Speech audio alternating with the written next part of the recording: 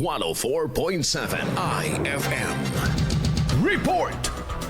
Personal na ininspeksyon ng hanay ng kapulisan ng mga bentahan ng paputok sa lungsod ng Dagupan kahapon. Tinungo ni Pangasinan Police Provincial Director Police Colonel Rollifer Kapuknian at ni Dagupan City Police Chief Police Lieutenant Colonel Brandon Palisok ang 32 stores na nakapwesto sa itinalagang firecracker zone sa tapat ng NBI sa bahagi ng Barangay Poblacion Oeste. Sa paglilibot ng otoridad, wala naman silang nakita nagbebenta ng iligal na paputok. Gayun din ay tiniyak ng mga ito na tumatalima ang mga nagbebenta dahil kompleto umano mga ito sa permits at may mga nakahanda ring fire extinguishing devices tulad na lamang ng tubig, buhangin at fire extinguishers.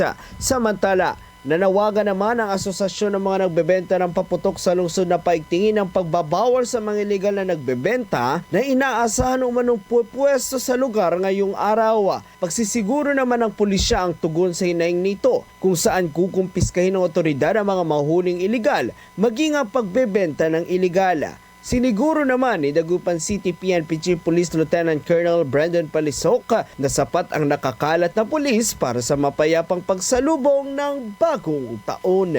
Kasama mo mula rito sa IFM Dagupan, ito si Idol Matthew Pacheco. Tatak IFM. IFM News. IFM News. IFM News.